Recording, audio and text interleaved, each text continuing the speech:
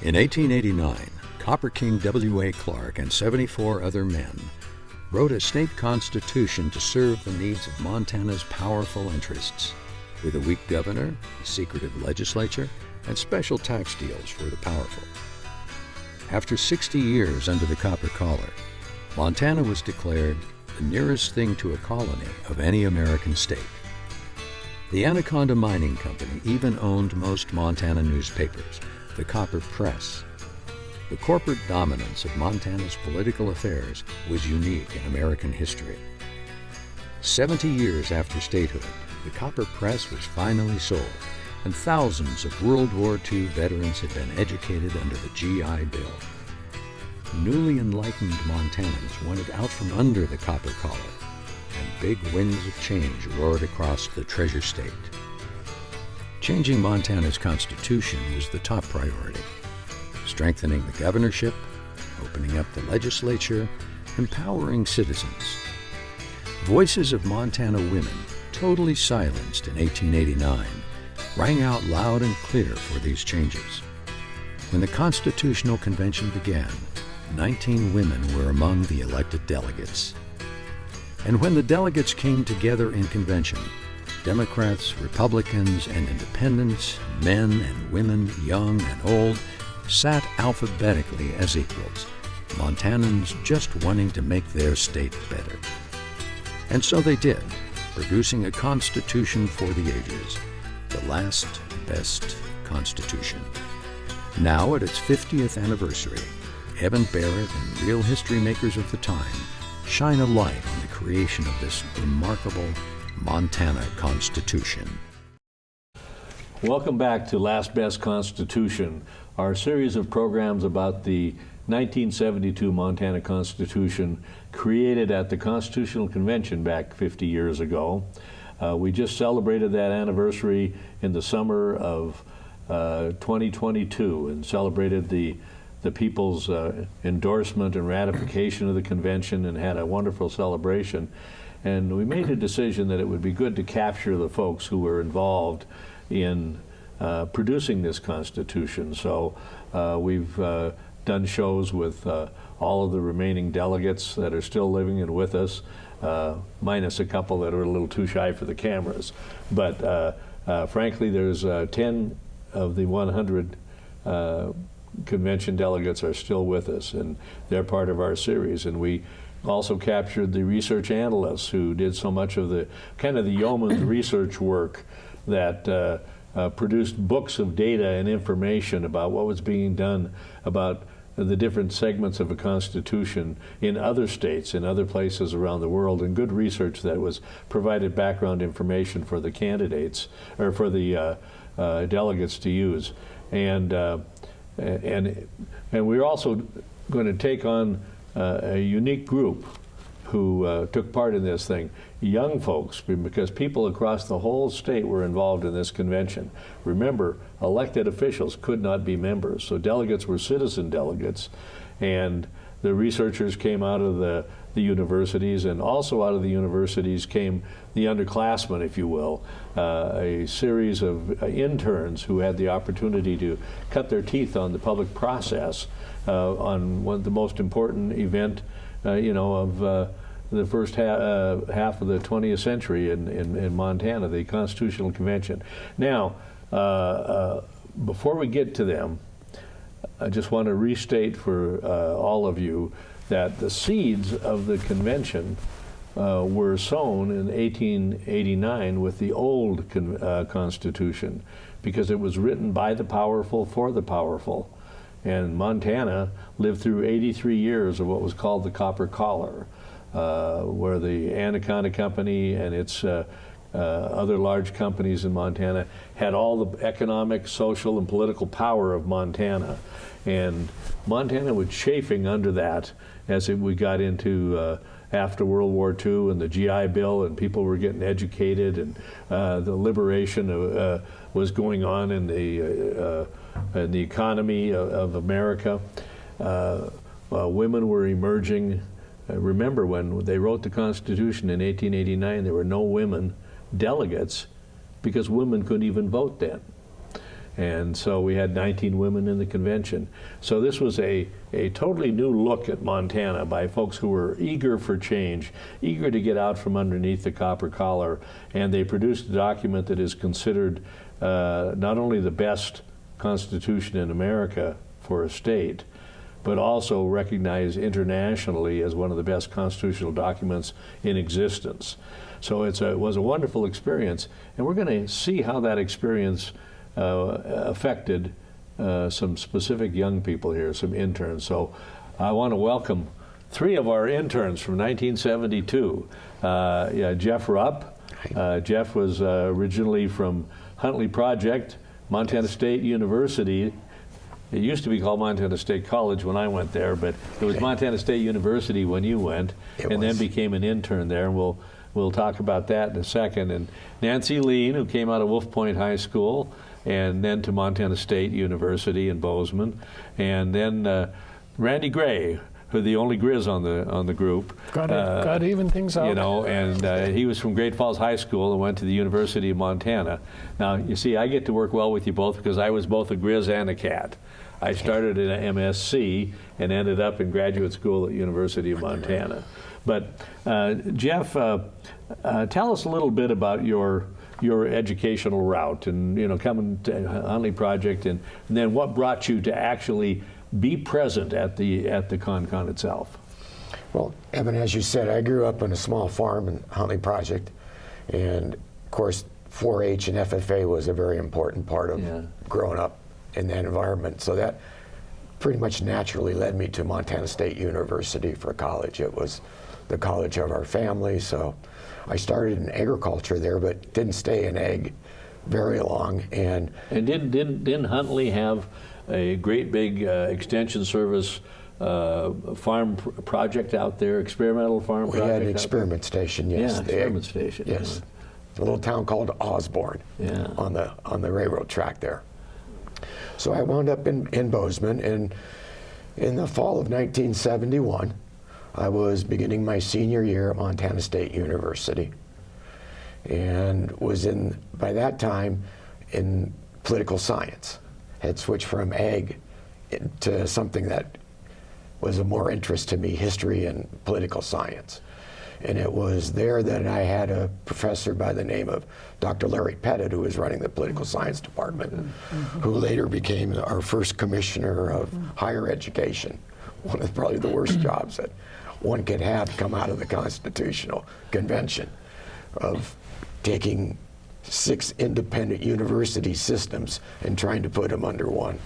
Yeah, Larry has been involved in some of our film series stuff because of the important roles he played, and he came out of Montana State to be part of the in '72 he left there to run Tom Judge's campaign, and he ended up in the administration and ended up being the first commissioner of higher education. So a lot of people look at him as kind of a mentor to them, but you came out of that. He did. One of the things he did was bring into our class that fall a woman who then became probably the most influential person in my life. And that lady was Dorothy Eck. Dorothy Eck, okay. Yeah. Dorothy Eck, who then became my mentor throughout my career, helped me. In fact, she was my first boss when I went to work for Governor Judge in the fall of '73. In the local government area. She was the state local coordinator, and I wound up working with her, Dean Hart and Judy Carlson. You know, in our previous series we did about the period of time then, the crucible of change, Dorothy was still alive when we were filming that, and the title of her chapter, of her episode, was Gentle Giant. Yep. You know, she was quiet, unassuming, and powerful. And she had such a belief in getting the youth, the younger people involved with the world, with life. It was her passion, whether it was in her church, whether it was in her, political science experiments, but she always had a place that went out of her way to get the youth involved. And I was so fortunate that she took it upon herself to come to our class and ask if anybody was of interested in coming to Helena to work at the Constitutional Convention. I had not given up on law school at the time, so I thought that might be of some value to come and participate in the Montana's Constitutional Convention, so I gladly signed up. So when you finished the con, you went into with Dorothy under Tom Judge, Governor Judge, in the local government coordinator, I guess, Right. position it was, Right. And then you went from there to HRDC work, Human Resource Development Council, the war on poverty. You went into that for after that, didn't you? I did. I had spent some time out of state, like most people in Montana do. You have to go to Washington, and in my case, Chicago and others. But I came back in the early 1980s, and then was fortunate enough to wind up in Bozeman, running the Human Resource Development Council, and got to raise my family in God's country, as we say, in the Gallatin. Well, in keeping with that saying about Montana, that Montana is really just a small town with really long streets. It is. And we all kind of know each other.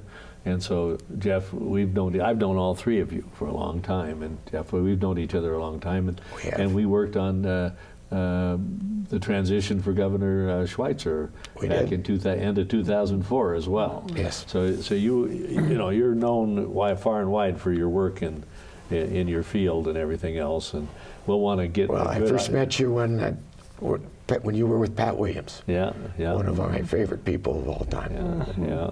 So we'll talk more about how this had influenced your future direction and everything else. Also with us is Nancy Lien. Nancy, tell us about your route from Circle to Wolf Point to Bozeman to Helena. Well, yeah. It's a Montana story, that's for sure. But I would like to start out by saying Jeff is being a bit modest in what he really did. Is that Jeff created a one-stop community-based social service delivery system that has become a model for not just rural communities but communities throughout the United States, and has really been a visionary in that way. And we need to say that. To start off. There's no question that he's in his field. He's one of the preeminent practitioners for sure. Exactly. Too kind. Yeah. Well, I was grew up in a wheat farm, south of Wolf Point, Montana. I was an honor student, and I always wanted to go to school in Harvard. That was my goal. I was going to be the first woman Supreme Court justice from the time that I was 6 years old, and I ended up being able to afford and having scholarships to Montana State University, where I started out as a math major, which lasted through first semester calculus, and then I switched to political science. And let me interrupt by saying I went to Montana State College as a math major, and in my third quarter of calculus, I said, I don't care if the equation's balanced.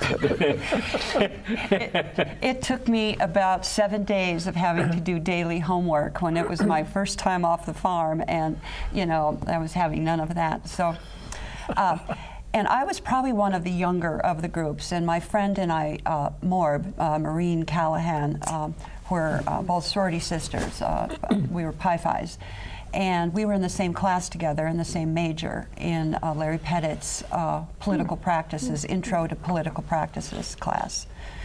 And he called one of us up after class and asked if we would make application for this, or if we were interested in it. And I think it was based on mine, he said it was on a paper that I had written about community involvement. And so I did just that, put in a letter of application and was accepted. That was like just a couple of months maybe before we were supposed to show up. And my parents were living in Helena at the time. My dad was working for Ted Schwinden in the State Land Department, and he and Mom had a home on 11th Avenue. So Morb, we call her Morb. Yeah. Her name is actually Maureen Beth, which is a beautiful Irish name, who is now recently tapped by Senator Tester to be head of the Regional Farm Credit Services Bureau, which is a really important ag oversight function. And she was an intern as well. And we were both 18 years old. Wow. You know, where some of the others were a bit older. So it was like when you were giving the history of the copper collar and all of that, that wasn't part of our world in eastern Montana. I'm sure that it was in, you know, the southwestern part of the state, but, you know, we were very separate. But that was the beauty of this this event, is that it brought together these people from such corners of the state with such differences yet such commonalities of upbringing and morals and ambitions and all of that.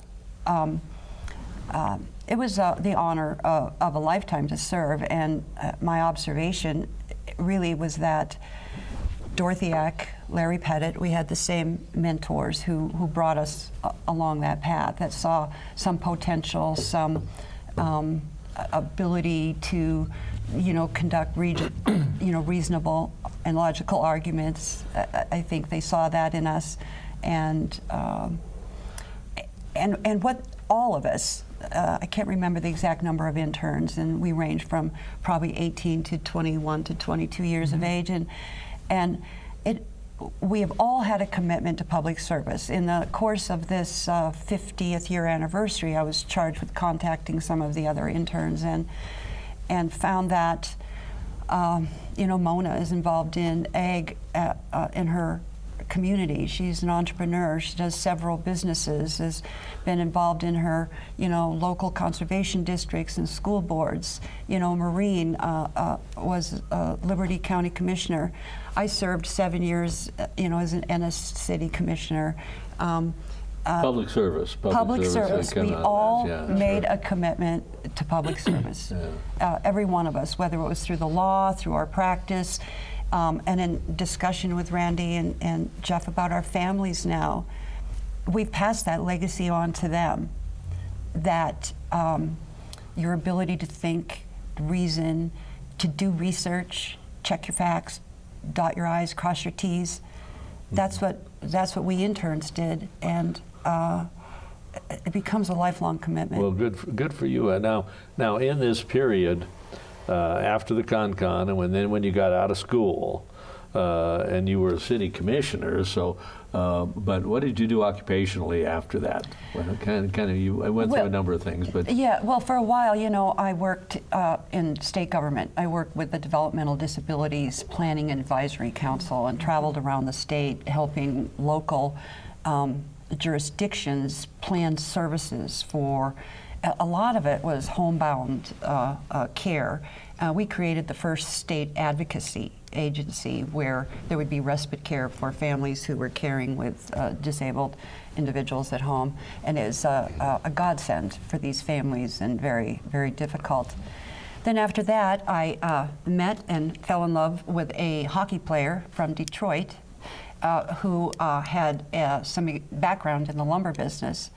So we had, long story short, 4 kids in 5 years, and started a retail building materials distribution company in Ennis, Montana, one of the beautiful spots of Montana.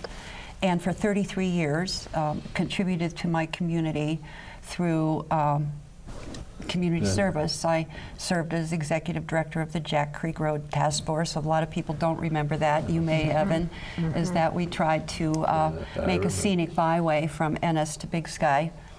And just when, and we had Senator Burns on our side on this, that they were making just one small amendment to the Department of Agriculture Public Roads section on or access public lands, and used the Big Sky or the Jack Creek Road as the example of access public lands.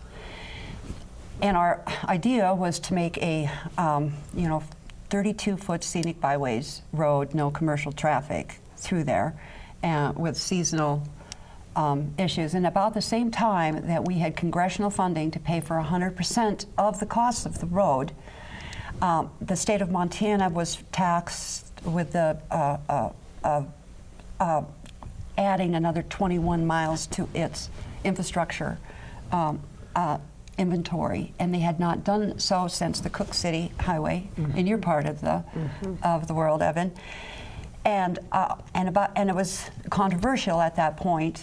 And within a month of that decision all coming together, that area was purchased by a private company, the Moonlight Basins, and now is a Sherman Lehman's owned property, as I understand it. But one of the challenges of our day is right. Montana being acquired by people who are interested with a lot of money and not trying to shut it off for real Montanans who we have some guarantee in our Constitution about access. That's important. Right. Randy, how about from Great Falls to UM to Helena? How did that all happen for you? Well, no offense to my friends that are Bobcats here at this table, but my family was kind of affiliated with the University of Montana. I had an older brother that right before me was the student body vice president at the University of Montana, and his good friend, who was also a very good friend of mine, was a student body president. Unfortunately, very sadly, in 1969, when I started at the University of Montana, those two young men who had been over to the Democratic State Convention to convince them to pass the 18-year-old voting procedure in Montana, they had already been to the Republican Convention. Both of these two young men, my brother included, were tragically killed in a car wreck on the way back to the University of Montana. That deeply impacted my life as a freshman at the University of Montana. But through their affiliation with student government in University of Montana, I also became interested in student government. I served on the central board over there, and in that process, the advisor to the central board was University of Montana economist Dr. John Wicks, who was a very important part of my life. I majored in economics, undergraduate, or also a minor in political science. But as matters moved forward, by 1972, I was a junior at the University of Montana, and my professors, including Dr. John Wicks, suggested that I apply the same program that these folks did, the internship program. And it truly was, and still is, one of the formative events of my life. It was just powerful. I still have great friends from those days. And the 50th anniversary in person here in Helena this summer was, or this fall, was just joyous. And I refer to the Constitutional Convention, from my perspective, as the Camelot era of Montana. We just accomplished a whole lot. My particular background, my dad was a lawyer in Great Falls. His dad was a lawyer in Great Falls. And both of them were good friends of, well, Leo Graybill and Leo Graybill's dad. And I was a good friend of Leo Graybill's son, and then Leo Graybill's son also has a lawyer. I have a grandson who's a lawyer, so we have 4 generations of connection with the Graybill family as lawyers. And I eventually went on after I got out of undergraduate. I stayed at the University of Montana, got my law degree over there. Went back to Great Falls, became a deputy county attorney, and prosecuted crimes, murder trials, that sort of stuff, a good trial practice. Then went into practice with my dad, and eventually joined in with the firm with Ted James, who was a former lieutenant governor of Montana. Yeah. Ted's son was a law school colleague of mine. And we had a great practice for many years. I eventually went into public service myself. I became a city commissioner in Great Falls, served 3 terms as mayor over there. My friends said, golly, you're more than 50, your last name is Gray, and you're now the mayor of Great Falls. You must be the old Gray mayor. So that logo has stuck. And anyhow, had a great service time in the city commission and learned a lot, worked with a lot of people, other mayors from all over Montana, and implemented a lot of the provisions of the Constitutional Convention, because many of them had to do with self-government rule for towns, cities and towns in Montana. Oh, yeah. And so all those things came together, and I eventually lost my last term as mayor and retired from the law practice. My wife and I were longtime trustees of the Montana Nature Conservancy. I was the treasurer of the Conservancy for a long period of time. And so that public service that these folks just talked about also deeply ingrained in me. And And I have to say, I think, during the Con, that era, the returning veterans from World War II really were the core of the Con. And those veterans who had done service, including my dad in World War II, continued doing service. They were on bank boards and hospital boards and school boards and city commissions, and they continued to do public service, including in the Con. Many of them served in the Con.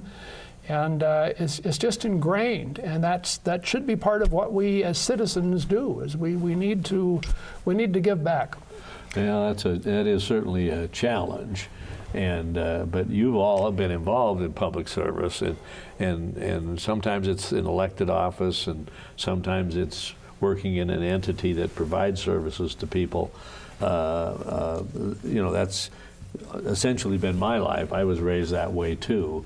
And I think that you all are examples for younger generations. That's important. But you were the younger generation back in 1972. We were. And tell me a little bit about what you did at the Con as an intern. What was your role there? Well, when I showed up, I was assigned to the Education and Public Lands Committee. And it was chaired by Rick Champeau. Chaired by Rick Champeau. Yeah. And the research analyst was Bruce Sievers. Right. Recently hired, and it was the one. Brilliant fellow. Brilliant man. I don't remember the reason why the first analyst didn't continue, but we were behind the game. And everybody had their reports out and were printed out. So I actually got to do some research as it related to the public lands part of the article that was being presented along with education. So I was there at the table as we went through and created opportunities for Native American education, for equal access to education. When we looked at the university system and how independent and loosely run those were, and trying to coordinate and come up with a more effective delivery system. I mean, Randy is right. This was an era where everything was possible. There were no limits on starting from scratch. What imagination was. The role of government was boundless. At least it was for us. It was for me. That it was a time when government had answers and could be viewed in that manner. Well, we had not yet reached that particular era where somebody famously said, Government's the problem is the problem, yes. not the solution. But I think we were raised on that the government there was particularly to provide services and solutions for things that people couldn't individually do. And in fact, I don't want to intercede here too much, but to mention that that one of the products of the 1889 Constitution, since it was written to serve the powerful, is the powerful don't need a strong government, because that can actually get in the way of the powerful. If you keep the government kind of weak, then you can pretty much freelance your way to get what you want to get if you're in the powerful interest. Right. And that's what we had. We had a weak executive. The governor was a weak executive. The legislature was totally secretive. And so suddenly there was a transfer of power from the powerful interests to power for the people. And I think that's what was going on at that time, which kind of made it seem boundless. And it was. Now that education, it was the brightest group of individuals I've ever been around in my life. I will say that. I've said it over the years that I've never been around such a group of individuals like that. And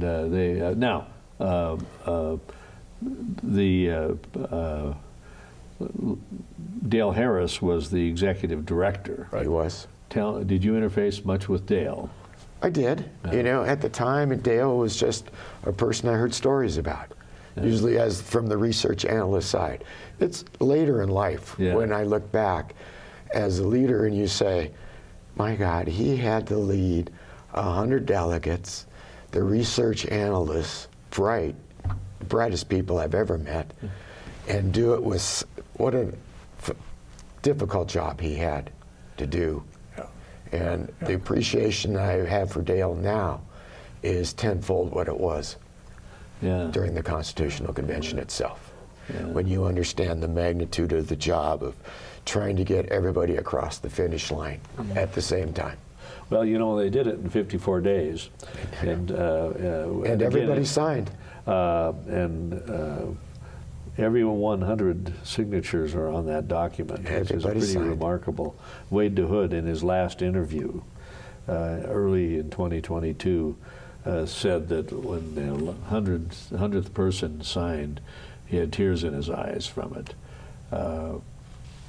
And of course, I immediately had tears in my eyes while I was listening to Wade say that, because it's such an amazing thing that now in this education article and research, and we do have an episode with Bruce Sievers, and his was a remarkable individual too. Amazing talent was gathered. That's what made me think of Dale Harris, because he was kind of the guy that was roping people in. Come and do this and come and do that, and in that education article, Rick Champeau was the chair, and I don't know if they dealt with it in committee, but I know he dealt with it on the floor extensively, which was the fact that there were no Native American delegates to the Constitutional Convention because of the way that just the counties were all set up and the elections were set up. There were no Indian delegates, and there was some struggle to get some things into the Constitution about Indian culture and Indian education. And Rick was, I don't know, were you listening when he was on the floor arguing on Indian education for all? He and Dorothy Eck, who was big on that as well. We had those discussions on our committee as well. Yeah. The arguments, the articulation of the rights and the voices of the Native Americans in our history, and how that they deserve to be mentioned in the Constitution.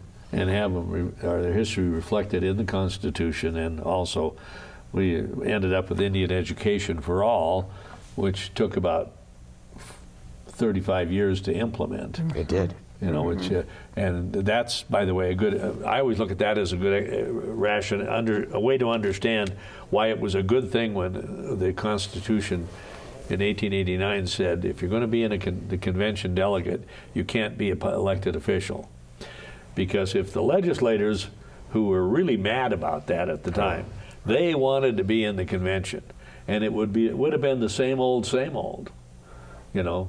And so if you take the Indian education for all, when it was handed off to the legislature, it took them 35 years to get it done. You know, so the freshness, the citizen base of the Constitution was a wonderful lesson for all of us, that there's wonderful talent out there on every block of Montana, of every city of Montana, and every small town of Montana. Now, what did you do there? Well, it was interesting, you know, you talked about the era, 1972, the progressive era, and I mean, we women were fresh off of burning our bras, but it hadn't quite permeated down to Montana. So when they made the committee assignments for us interns, they took a look at us, and, you know, there were 5 women and 12 men, and they put all the women on public information committee. And, you know, we took that for about a week, and realizing that we were going to be writing press releases, handing out information about the Constitutional Convention, and giving tours of the Capitol. And oh, you got to be a tour master, huh? Yes, that's right. And we probably had to dress up and smile more. So we all complained to Dorothy about it. And it took her some time, but she took our cause quite to heart. And we were assigned then to substance committees, but not until after those committees had kicked off and other people had their roles and assignments. And I was assigned, and I continued to do the Public Information Committee, and I can write a heck of a press release even to this day, let me tell you. But and also we had the keys to the Capitol for the tour. So Jeff, you know, not to talk out of school here, but we would, you know, go up into they hadn't closed off the rotunda yet, and so we would often have our safety breaks there, you know. not often, maybe once. But when I was assigned to the local government committee, I worked with Jim Grady, and we did a lot of research. I spent a lot of time in the law library researching because, as you know, our Constitution gave local governments the opportunity, and many of our small towns across Montana held their own elections after that to decide on their form and their course of government. And so a lot of the research we did was the devil's advocate. You know, what are the pros, what are the cons? And even though anything was possible, it was a clean slate, no one wanted to reinvent the wheel. So, you know, just going through a lot of how the formation of other states and what their constitution and what was the language that actually formatted that. And we would present that to our resource associates. And Jim was, he was a good delegator. You know, he would just say, you know, do this and come back with it. And you know, we would type it up. Jim said, I got a job at the Constitutional Convention because I could write fast. Well, and I was a good writer, and so Jim saw that about me, again, back to the press releases, and you'd end up doing a lot of writing. But I remember I had my own typewriter, IBM Selectric, because I typed about 99 words a minute, and with no errors. Thank you very much. And I would type up a lot of everyone else's research, because I have to tell you, it was pre these days when you had an encyclopedia in your hand. Research we was went very to the different. law library and we looked up that Nebraska was the only state with a unicameral legislature, that you know, when you have a charter government, these are the pitfalls, these are the numbers of times that a state has been sued for presenting this kind of an option. And you had to type it all up and retype it and retype it and retype it. Well, you know, just 2 years before that, I was on the Reorganization Commission staff. And, you know, I used to get high every night on rubber cement because that's how you did your editing. You know, you cut things up and paste them together. And oh, I said whiteout to somebody the other day, and they didn't know what I was talking about, right? You know, I that said, was well, cutting edge stuff back in cutting edge stuff, you know. But we did have microfiche in the law library, you know, so we could do a lot of that. Well, you know, let me ask you, Jerry Hollerman also worked in the local government. Yes, yes. And so. But Dorothy was my mentor there. Yeah. You know, we pretty much marched to Dorothy's orders, and even later when I was raising my family in the Madison Valley, and Dorothy and Jeff were doing their work in Bozeman, you know, such a resource for every fundraising event, every you know, public issue. The best public influence I ever had, though, was being a member of the Fourth Estate. I was a stringer for the Montana Standard for 18 years in my community. And not only did I get my kids' pictures in the paper a lot, but I also got to promote my pet projects. Yeah. Randy, at the Con itself, as an intern, where did they assign you?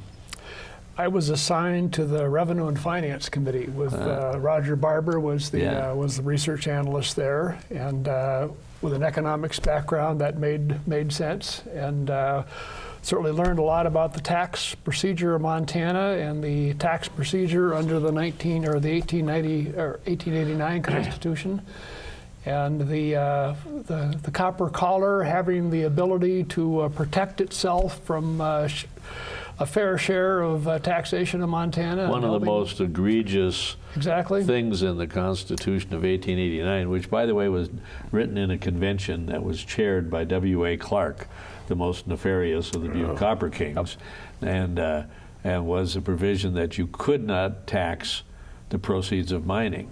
You could tax the trucks, and you could tax the mining equipment, but the proceeds were untaxable. And it was like, what? How could that possibly be? And that was in the Constitution up to and including 1972 when it was left out by. So you guys had to address things like that. Copper and cattle and timber in Montana had very favorable treatment under the previous Constitution, and not to mention the concept of legislators representing acres under the old Constitution versus people reapportionment came into play, or the apportionment. Exactly. So I was on the Revenue and Finance Committee, did under Roger Barber's instruction, did a lot of research myself, and exactly right before the day of these things, you actually had to go do some gumshoe work and track or call up someone in North Carolina and say, can you make some Xerox copies if you can find a machine, right, and get portions of that book, and would you mail them to us? Right, because no fax. There were no days. faxes or anything back then. And, exactly. So research was an arduous process. It was. Roger said, by the way, that the big fight with taxes is to not say more in the Constitution, but to say less, to set your parameters, but not, because it's a forever document. And when you said no taxing of proceeds of mining, that lasted for 83 years. Right. And you asked Jeff a bit ago about Dale Harris. I knew Dale peripherally. He was from Great Falls. And, he was under just an immensely talented, organized, brilliant person individually, and a leader of all the research analysts that he was able to recruit, assemble, and put to their task. He was under such pressure at the latter end of the convention. I shared this story with the CONCON 50th anniversary dinner that one night. Dale had not a meltdown, but just overwhelmed by the pressures on him. Because for him, it had been a 4 or 5 year sojourn. Exactly. And he's the one that put together all the original research. And in fact, he passed away prematurely, and the episode we did for him in Crucible of Change is entitled Godfather of the Convention. Yes, and that's a he great really term. was. But toward the end of the convention, he was having, just some challenges. And Leo Grable, I mentioned him previously, who was also another wondrous gift to the Constitutional Convention, his leadership there.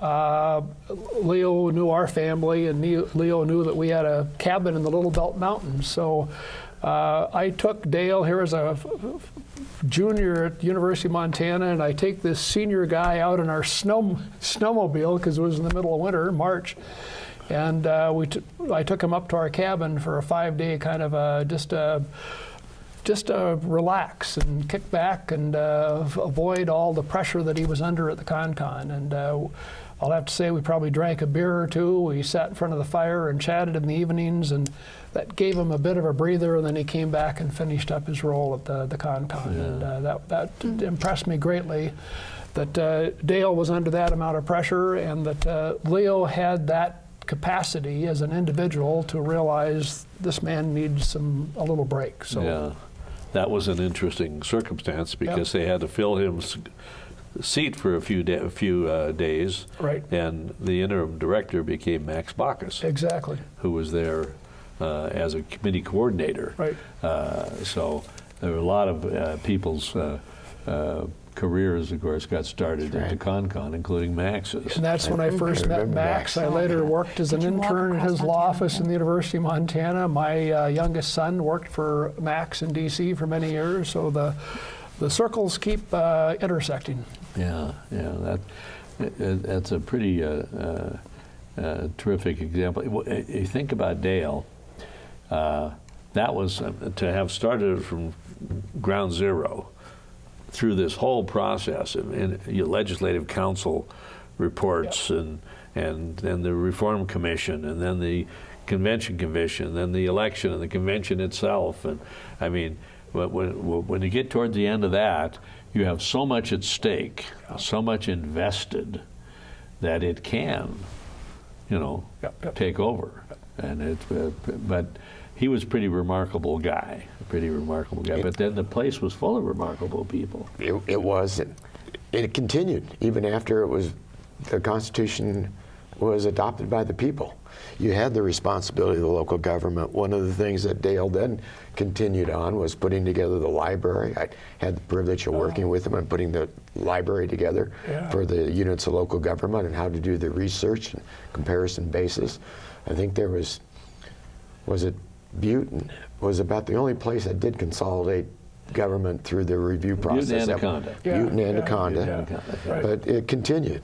Dale's work continued even after it was adopted by the people. Yeah, like Ennis did a charter government, weak mayor system versus the strong mayor elected, and there was a lot of confusion out there. And that local government committee went out afterwards and said, "These are your options, and these are what these options entail." So it was ongoing. Now this, were you on semesters then or on quarters? Quarters. We were quarters. You're still on yeah, quarters, yeah, okay. Yeah. So the We say it winter the winter same. quarter was consumed by this. Were you able to go back to spring quarter? I did. Yes. I took classes. Yeah. So during Same spring, here, and we also got, I assume you two did as well, got credit during the Yeah. time We did. we were. Oh yeah, 12 credits, a 4-point. Yeah. Hey, you got a 4-point for just finishing it up. Well, that's good. Well, given the fact that you were freed up to go back to school, did you each observe or pay any attention to the campaign to ratify? I mean, or were you just so consumed in school that you just waited for the election? I wasn't involved in the campaign to ratify. Dorothy certainly was. Yeah. And but we'd missed a lot of our core classes, and we're ready to get on. Well, of course, school was your primary Right, right, responsibility. right. And same here, I didn't personally get involved in the campaign, but certainly we had invested a substantial amount of our energy and being into the creation of we didn't vote on it, of course, but the hatching of the document, and so our fingers were crossed that it would pass, and it barely passed, as we know. So it's. Well, did that surprise you when it would barely pass? I was to me. I was astounded. I figured it would be a landslide because we knew from firsthand experience what a wonderful document and the amount of debate that went into it was. But we were in a very privileged category. It was the vote to hold a convention was 65% of Montanans said, Right. let's have a convention. Then about 50.1% voted in favor of the product. I like to suggest that the difference is that the powers that be kind of had a laugh and a giggle about this constitutional convention, and once it got going, and the people, remember, they accepted proposals. Right. They got 1,500 proposals from citizens all across Montana. They opened the door for anybody's ideas, and as they put this thing together, it stopped being a joking matter to the powers that be, and they decided they were going to oppose it. And they came out and strongly opposed it. So it shows that the powerful have that name for a reason. And there were also, we talked about 100 delegates signing this, but there were also 3 issues that were voted on separately Right. from the Constitution Right. itself that we Right. could not come to agreement on. That was the death penalty. I think it was Mr. Kelleher's unicameral legislature. Yes, that was another one. Right. Bob Kelleher, what a character. Oh, that I know. man I was was. just going to say, talk Just about characters. an incredibly And gifted the individual. third one was gambling. It was the third one, gambling. I don't remember, but there was an argument actually put together that if you added the negative votes of some of those with the negative votes against the Constitution, that it was defeated. And that went before the Supreme Court, and the did. Supreme Court ruled 3-2 that it passed. And then, as we live in Amazingly the, enough for we that li- Supreme Court at the time. Yeah. Well, and I think it's important to note too that those powers that be that were against the passage of this, diverse constitutional document are at the same issues and thinking that is operating today in the people that are opposing the Constitution, and that is they want their ideas to be enshrined in they want more specificity, not less. Well, Because they want their way of life now enshrined in the Constitution. I mean, same thing with this fetal personhood amendment. It was defeated by a large margin, but it's the first document that the legislature attempts this session. And that right of privacy is so important, not just to people of my persuasion, but of anybody. Well, yeah, it was very powerful privacy provision. As a business operating tool, it's essential. the fact is that after it became ratified legally and officially, for 50 years, those interests that wanted to defeat it have every year tried to claw some of it back through amendments Right. and other things. And so it's a constant battle to preserve the integrity of the document. And, folks like you now are senior in the body politic of Montana and bear some responsibility not just for the formation of this document, but for its preservation. And I think. And we see the onslaught daily. I agree with Nancy. In my case, the number one issue is the Sunshine Law, the open meeting provisions of the Montana Constitution, that the attacks it has of return to the doors, return to the caucus. Well, constantly. The smoke-filled rooms. The majority of the majority of the majority, then you can get around the open meeting rules of Montana. That grew up, and we just learned that was the way you did business in Montana. People expect to think it was always that way, but it wasn't. And guess what? I'm a believer in government, but people who populate government have their particular interests, and holding open meetings is not one of them for most people. Right. So we see that's an ongoing battle, that particular thing. But there's a lot of elements. There's taxation elements. There's the education and who pays for education and how. The university system governance continues to bother people. I often it does. Right. I often relate to folks that You mean the mill? no, the university regents Board of having Regents control having the of power management of the control. Management of the university system. Which has led to the attacks on the independence of the judiciary, because it was very clear, at least from my work at the time at the convention, that they wanted the Board of Regents in charge of the university system, without a doubt. Yeah. It was to remove it from the influence of politics and that type of corruption that took place when you had independent units, each fighting their own way for the legislature for appropriation. Larry Pettit Right. and Ted James, Right. who at the time was the chairman of the Board of Regents, the new reformed Board of Regents. Ted James, you mentioned, was the chairman of the board, and Larry Pettit was the head of OCHE, the Commissioner of Higher Education. They brought a lawsuit against Tom Judge, who was the governor. They wanted to sue the legislature, but the legislature wasn't there. So they sued the governor and to say, we're going to prove that, and the Supreme Court said absolutely, and they continue right up to today. The big arguments this year. Can the regents set rules about guns on campus? And the Supreme Court said yes, they can. That's their job. So that's one that is constantly an irritation to the legislature, and they become, and you have to respect the idea that they like to have strength in the legislature, but being omnipotent is different than having strength.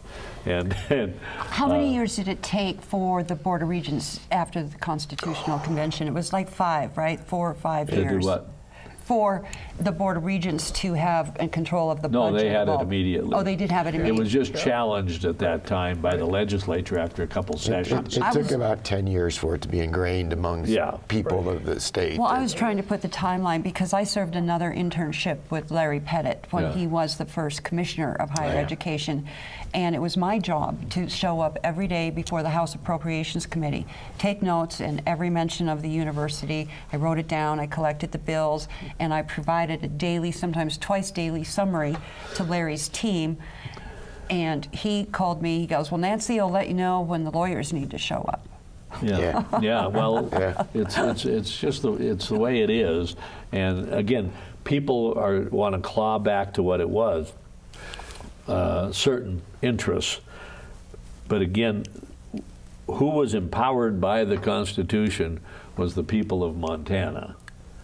And so right now, even though there's a lot of noise about the Constitution from political circles, and just the Bible bangers. It sounds like there's a strong opposition. Well, there's a loud opposition, but I've seen polling data that shows that 80% of Democrats and 80% of Republicans equally like the Constitution.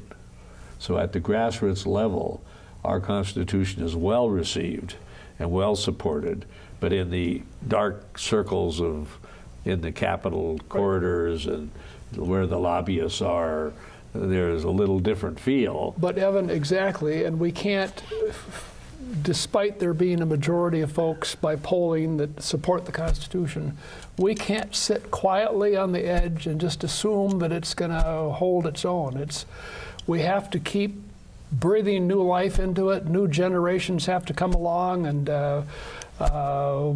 as you're doing by this program right now on educating Montanans of the future on this is what it's about. So I would like, before I leave here, to give you a shout out for this program that you have been spending an immense amount of your life putting together and preserving the history of this, because it's very important as a living document for future generations of Montanans. Well, thank you for that. And the concept, I'll pass one other thing on, the concept of our Constitution still has things for future generations to learn. In this era of discord, how would it be if we sat legislators alphabetically, like the Constitutional Convention did, rather than by party? What a difference in our political discourse. Such a simple, as a teacher. Something as simple as that. I found that to be the most effective way of breaking up groups. You know that, well, yeah, I'm sure that's the case. You know, that is, I always think of that as an example and say, Congress or the Montana legislature would do better that way. By the way, Congress doesn't often sit the way we do. In our legislatures, it's a intense 90 days, used to be 60, but they sit on either side and this across the aisle thing. What's that about? Why don't some of us? I can't help myself being an activist. That may be an initiative that we may want to put up a statute where the people would vote to say, you guys start sitting alphabetically. We're tired of you fighting. You know. It would sure send a signal, wouldn't it? It'll be interesting because I think everyone would favor it except internal power brokers within the legislature and some selective lobbyists who benefit from the process the way it is today. Now we're getting close to the end of this. I mentioned that we'd get there very fast. Give me a real quick 30 seconds on what did being in the ConCon mean for you? There was not another event in my life that comes close to the people I met, the changes, the impact it had on my life, setting public service, winding up running a nonprofit, helping others, being on the city council, my role in politics, the whole 9 yards, Evan. Please. There's no substitute for hands-on experience, no matter what your field of interest is. Yeah. And I really want to give a shout out to the system of internships. Whether that's in politics or in business or in trade school or whatever is your opportunity to learn from people who are doers, people who are boots on the ground. Yeah. Randy. I second what has already been said, and just the impact this has had on my life on a continuing basis. And the notion that a small group of bright people seated together, intensely focusing on difficult issues, can come to conclusions that benefit all of society. Well, you know, you 50 years later now, you're the gray hairs, not you, but the rest of us. Or no hairs. Lady Clairol. You're the gray hairs, as I am, and we have an obligation to pass the torch on to younger people, to inspire them to do the kind of things that we were allowed to do, and hopefully that'll make a difference. So thank you for being here. This has been a wonderful program. These folks made a world of difference over their life, starting with the Constitutional Convention and continuing. Thank them for their service, and we look forward to seeing you on the next episode.